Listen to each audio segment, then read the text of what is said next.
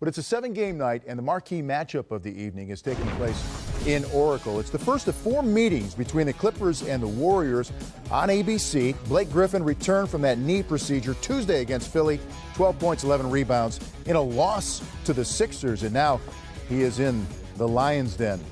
Always kind of chippy when those teams get together. They don't like one another. No, they really don't. They do I not. love watching those two teams play. I do too. They don't like each other. It's old-timey basketball. Exactly. Well, here's the last 4 games as the Clippers are dealing with the loss of perhaps the best pure point guard in the league in Chris Paul, who has that thumb injury. So get used to this version of the Clippers, that is, unless they make a trade, which could very well happen. And that's what leads me now to my next point here, and the fact that Carmelo Anthony, all the way in New York, may be part of negotiations. The Clippers might be a destination for him, Sam. There's only so many doors that can open up, though, for a Melo because of the no-trade clause, and teams that can accept him in and make something like that happen. So the Clippers are, at least it's been acknowledged that they say they're open to just about anything. Well, they got to listen, man. When Phil Jackson calls the Clippers and said, I don't want Chris Paul, Blake Griffin, or DeAndre Jordan, then you got to listen. And you're talking about Carmelo Anthony. I understand the money, the salary cap, and all those things, but you're talking about adding one of the greatest offensive players in the history of the NBA. Now, I know he's not the greatest defender. He's not the greatest rebounder and things of that nature, but you got DeAndre Jordan and Blake Griffin. And if you can add Carmelo Anthony at that 3 spot, yeah, they may not be the greatest defensive team, but when you throw that basketball up and when Chris Paul comes back, and he's got Blake Griffin, Carmelo Anthony, and he's got DeAndre Jordan rolling to the basket for those lobs, that would be a tough lineup to defend. And so if you're the Clippers, you got to look at it because without him, and Rex, I think you would agree, they're not going to beat Golden State the way their team is constructed right now. I know they like to think that, but Golden State is just too strong offensively for them to beat them. I agree with that, but I also don't think they beat Golden State with Melo. Chris Paul has to have the ball in his hands. Has to. Melo has to have the ball in his hands.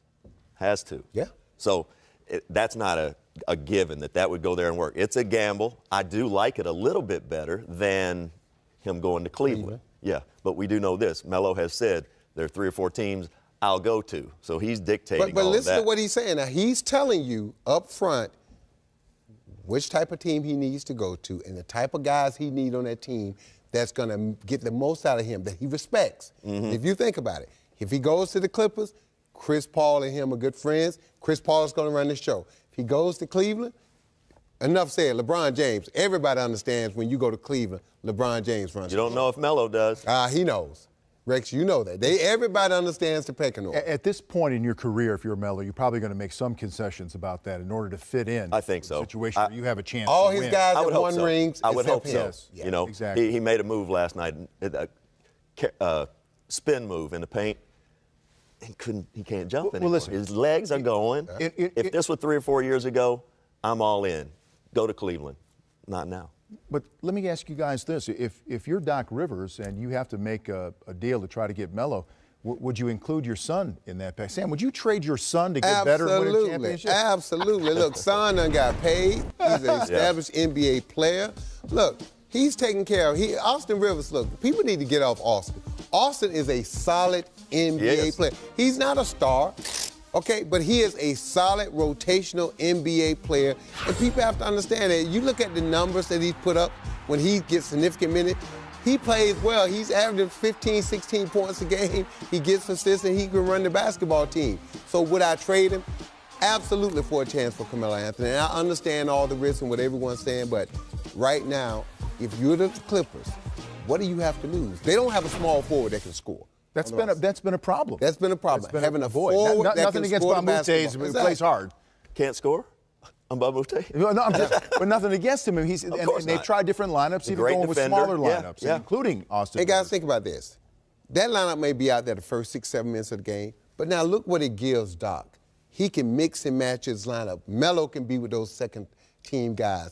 Blake Griffin. It gives you a lot of different options. So now when you start taking guys out the game, you're still strong. The reason with Golden State's so tough, when they go to their bench and they mix and match, 2 of those 4 All-Stars are always on the court at all times. You give me Melo on that Clippers team, and I think that if they played just a 2-minute game, I'm all in.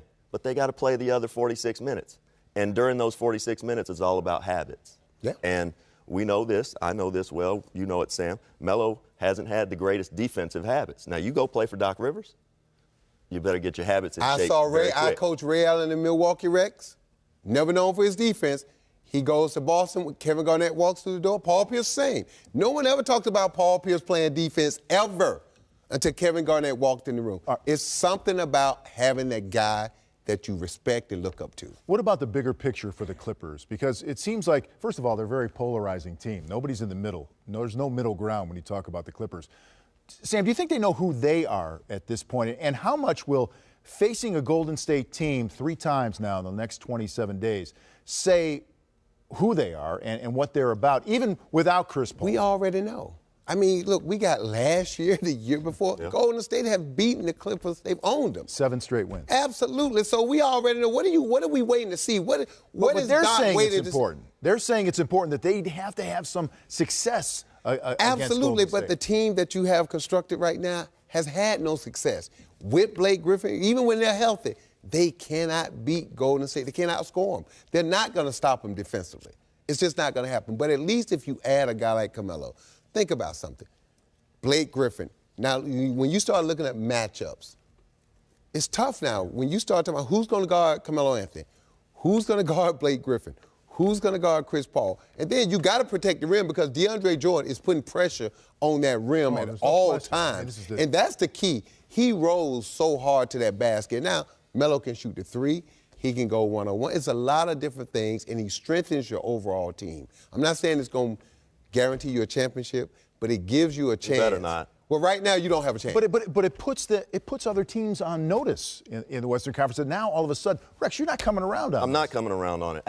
I love Melo. Great kid. We won a lot of games in Denver with Melo. I think he's a top 50 player.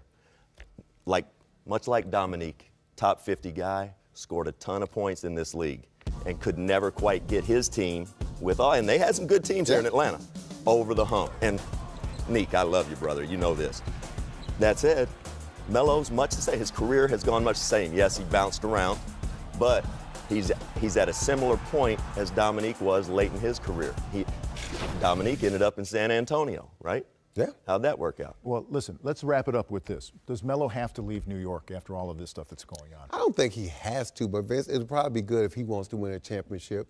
And for Dominique, I say this. When I played for the Pacers, we were scheduled to play the Hawks in the playoffs.